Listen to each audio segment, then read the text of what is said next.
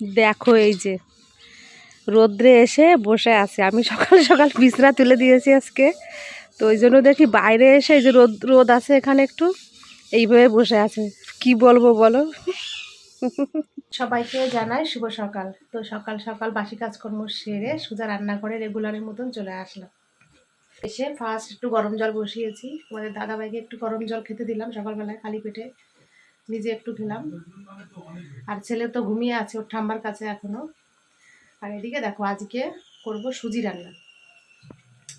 এটা হচ্ছে তোমাদের দাদাভাইয়ের জন্য পাতলা করে অল্প করে সুজি রান্না করে রেখে যাব, কারণ সারা রাত যে পেটের ভিতর কি পরিমাণে মানে ভুটভাট আওয়াজ হয় সেটা তোমাদের কি বলবো। মনে হচ্ছে পেটের ভিতর জল সব সময় থই থই করছে, এরকম একটা ব্যাপার। কারণ নাড়িতে যেটা পাচিং হচ্ছে না, তো এই কারণে দলা হয়ে ওখানে ভুটভাট করছে। সারা রাত এরকম করে আর কি। পাশে শুয়ে থাকি তো আমি বুঝতে পারি যে কী পরিমাণে আওয়াজ হচ্ছে পেটে। তো আর কী করবো, যাই হোক চিন্তা ভাবনা করে লাভ নেই। তো আমি এখন এটা রান্না করে নিই, আবার তো কাজে যেতে হবে। তো তার জন্য একটু চা বসিয়েছি, আমি একটু আটা দিয়ে লিকার চা খাবো সকালে। এই যে এখানে সুজি বসিয়েছি, তো পাতলা করে একদম সুজি রান্না করে দিচ্ছি, এটাই খাবে। আর এদিকে আমার এই যে চা হয়ে গেছে, লিকার চা, এটা আমি খাবো। সকালবেলা চা খেলাম, তো তোমাদের দাদা ভাই সেই বাথরুমে গেছে, তো গেছে আর আসার নামগন্ধ নেই। দেখি একটু কোথায় আছে মানুষটা, ওকে তো খুঁজেই পাচ্ছি না। সকালবেলা চা খেতে ডাকলাম, চা খাবে না বলছে, ভালো কাজ। তো দেখি দেখো এই যে রোদ্রে এসে বসে আছে। আমি সকাল সকাল বিছরা তুলে দিয়েছি আজকে, তো ওই জন্য দেখি বাইরে এসে এই যে রোদ রোদ আছে এখানে একটু, এইভাবে বসে আছে। কি বলবো বলো। চেয়ার দেবো একটা?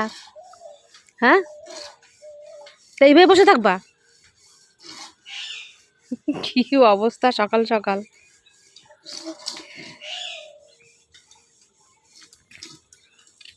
আমি চা খেয়ে সকালবেলা কাজে গেছিলাম, তো কাজ থেকেই বাড়িতে আসলাম। তো বাড়িতে এসে দেখি এখানে চারিদিকের অবস্থা তোমাদের একটু দেখাই যে কি অবস্থা। এই দেখো, তোমাদের দাদাভাই ছেলেকে নিয়ে গেছিল আজকে বাজার করতে। তো অনেকদিন তো বাজার কিছুই করতে পারি না, বিশেষ করে আমি বাজারে যাই না। তো আজকে ছেলেকে নিয়ে গেছে, ছেলে সাইকেল চালিয়ে নিয়ে গেছিল। তো এই যে মাছ নিয়ে আসছে দেখো, তো এটা হচ্ছে বগ মাছ। তো অনেকে আবার কাকলে মাছ বলে, কেউ থুরে মাছ বলে, বিভিন্ন রকম নাম আছে এই মাছের। তো এই যে মাছ কিনে নিয়ে আসছে, ভালো হয়েছে। ছোট ছোট মাছগুলোতে পাতলা পাতলা ঝোল রান্না করে খাওয়ানো যাবে। এই মাছগুলো খেতেও খুব ভালো, আমাদের নদীতে হতো। আরে কই কই মাছগুলো আনলাম জ্যান্ত, কিন্তু মারা গেল। কত কই মাছ নিয়ে আসছে, এটা হচ্ছে দেশি কই একদম। কই তো অনেক রকমের আছে বড়, কিন্তু এটা হচ্ছে একদম দেশি কই, ছোট্ট ছোট্ট মাছ। আনলাম তো ওই অনেকক্ষণ ব্যাগে ছিল, ওই একটা দুটো আছে জ্যান্ত। তো এইগুলো বাজার করে নিয়ে আসলো। তারপর আরও তোমাদের একটা জিনিস দেখায় যে আজকে কি নিয়ে আসছে। এই দেখো, এটা হচ্ছে কোয়েল পাখির ডিম। তো ওর নাকি বহুদিন ধরে খেতে ইচ্ছা করছিল কোয়েল পাখির ডিম, তো আজকে বাজারে গেছে, এটা পেয়েছে, তাই সঙ্গে সঙ্গে নিয়ে চলে আসছে। তো আনতে আনতে মানে দু একটা ডিম ফেটে গেছিলো। তো এই দেখো সেই ডিমটা একদম মনে হচ্ছে মানে মুরগির ডিম, মানে পোলট্রির মুরগির ডিমের মতন লাগছে কুসুমটা। তো এই হচ্ছে ব্যাপার। তারপর আরও নিয়ে আসছে দেখো, এই যে হচ্ছে আর মাছ। তো বড় আর মাছ পেয়েছে, আর মাছ কিনে নিয়ে আসছে। তো এইগুলো ফ্রিজে রেখে দেবো, একবারে খাওয়া যাবে না এই মাছগুলো, কারণ আমি তো বাজার করতে যেতে পারি না, ওই জন্য বাজারে গেছে মানে একটু বেশি করে মাছ নিয়ে আসছে, ফ্রিজে রেখে দিতে হবে। বিশেষ করে আর মাছ আর ওই কাকলে মাছ, এই বগ মাছটা, এই দুটো মাছ ফ্রিজে রেখে খেলে পরে নাকি খুব ভালো টেস্ট লাগে খেতে আর কি। তো যা মানে ভাজা করে রেখে দেবো ফ্রিজে, 2-3 দিন ধরে আমাদের চলে যাবে, অসুবিধা হবে না। এই হচ্ছে ব্যাপার। তারপর আরও দেখো এখানে নিয়ে আসছে এই যে লাল আলু। এই আলুগুলো সিদ্ধ খেতে যে এত ভালো লাগে না, তো তোমাদের কি বলবো। নতুন আলু তো মানে ভালো লাগে, কম বেশি একটা না, কিন্তু এই আলু সব থেকে টেস্ট বেশি। এই দেখো পুরো লাল আলুগুলো, এই আলুগুলো মানে সিদ্ধ খেতে তরকারি খেতে দারুণ লাগে। তো এই জন্য নিয়ে আসছে। আর এখানে তো যাই হোক নিয়ে আসছে, যে তেল টেল নিয়ে আসছে। আর এদিকে এই যে বিট রেখেছিলাম আমি, তো বিট এই যে মা ঘষে দিল, মানে আমার শাশুড়ি মা। মাকে বললাম যে একটু বিট ঘষে দাও, আমি একটু তাড়াতাড়ি রান্নাটা করে ফেলি। তো এই হচ্ছে ব্যাপার, বাড়িতে ছিলাম না, এত বাজার করে নিয়ে আসছে। তো ভালো হয়েছে, এক হিসাবে একটু বেশি বেশি করে বাজার করে নিয়ে আসছে। ফ্রিজে রেখে দেবো, আমার 3-4 দিন 5 দিন আমার হয়ে যাবে, অসুবিধা হবে না। বিশেষ করে কই মাছটা ভালো থাকলে পরে আরও অনেক দিন চলে যেত। বাজারে যেতে পারি না আমি, তো কি করবে, একবারে নিয়ে আসলো, খুব ভালো করছে। আর বিশেষ করে না আমার বাজার করতে ইচ্ছা করে না, আমি পারিও না, ভুলভাল দাম বলি, পারি না, সত্যি কথা। তো যাই, আমি এখন রান্নাটা ফটাফট সেরে ফেলি।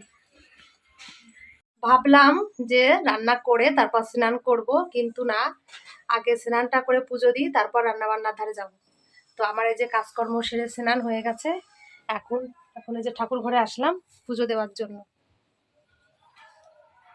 তো আমি এখন তাড়াতাড়ি পুজোটা দিই। সচন্দনং তুলসী পতবং নমো ক্লিয়ং শ্রীকৃষ্ণায় নমঃ। জয় রাধা গোবিন্দের জয়, জয় রাধা গোবিন্দের জয়, জয় গীতার জয়, জয় গীতার জয়, জয় গীতার জয়। 10 অধ্যায় গীতা পড়া শোন, গীতা পড়া শুনলি জীবনে সমস্ত দুঃখ ভুলে যেতে হবে। গীতা পড়লে সমস্ত দুঃখ ভুলে যেতে হবে। গীতার 12 অধ্যায় ভক্তিযোগ।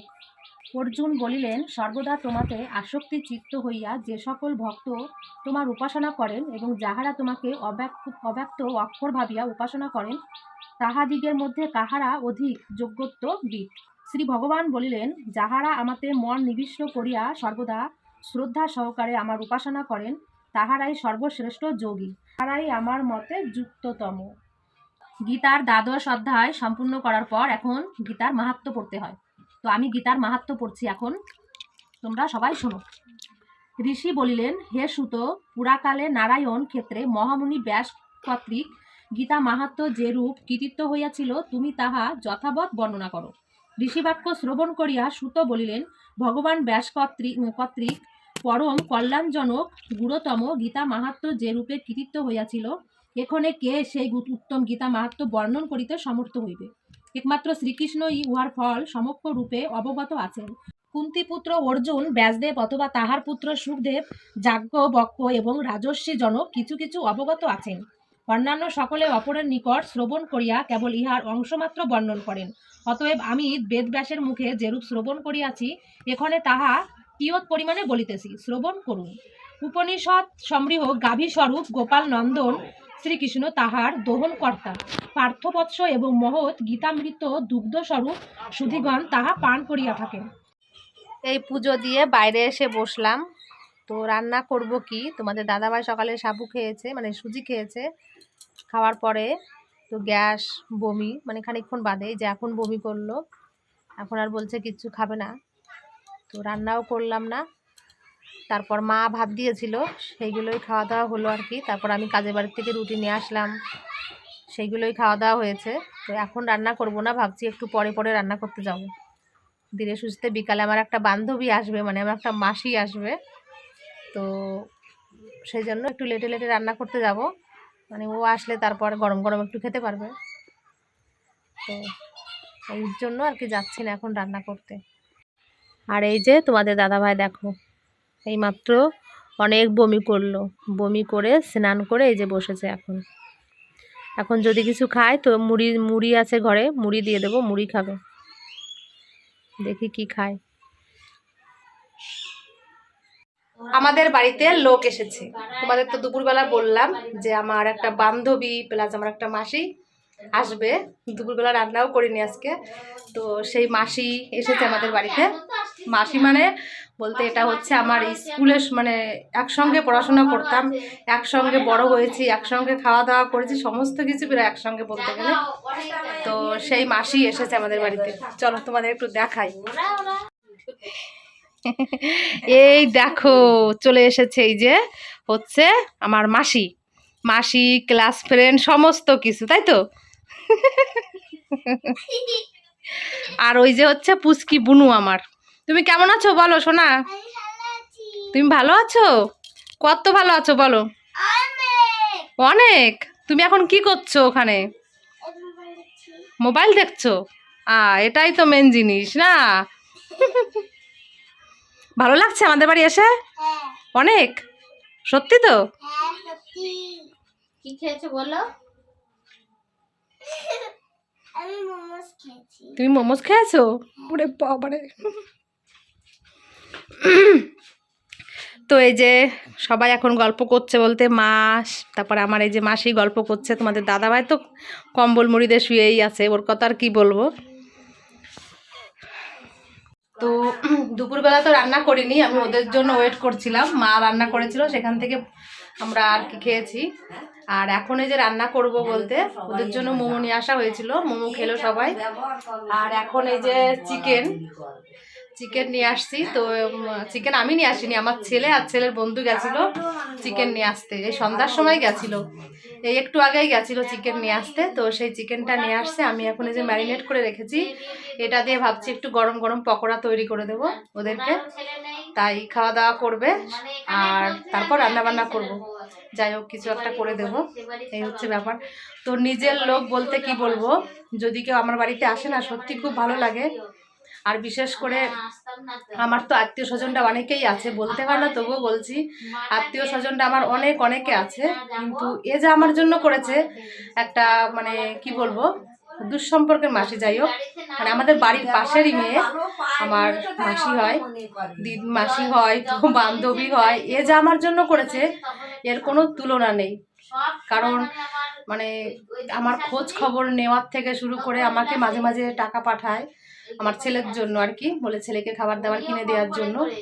তো এর ঋণ আমি কি করে শোধ করবো বলো, মানে এরকম একটা ব্যাপার। আমার তো জ্যাঠা কাকার ছেলে মেয়েরা কত আছে, তারা কিন্তু আমার কেউ খোঁজ নেয় না, কিন্তু এই যে আমার শোভাকাঙ্ক্ষী কি বলবো, আমার এত পরিমাণে খোঁজ নেয়। তো এ থাকে বোম্বেতে, বোম্বে বিরাটিতেই ওর বাড়ি, মানে শ্বশুর বাড়ি, আর থাকে বোম্বেতে। তো সেখান থেকে যখনই মানে বিরাটিতে আসে মানে ওর শ্বশুর বাড়িতে, তখনই আমার সঙ্গে এসে দেখা করে, হচ্ছে ব্যাপার। তো চলো এখন দেরি করবো না, আমি তাড়াতাড়ি পকোড়াটা বানিয়ে দিই, একটু গরম গরম সবাই খাক আর কি।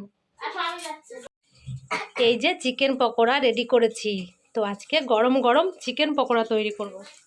তো দেখো এই যে হচ্ছে চিকেন পকোড়া ভাজা করছি, গরম গরম খেতে কিন্তু বেশ মজা লাগে।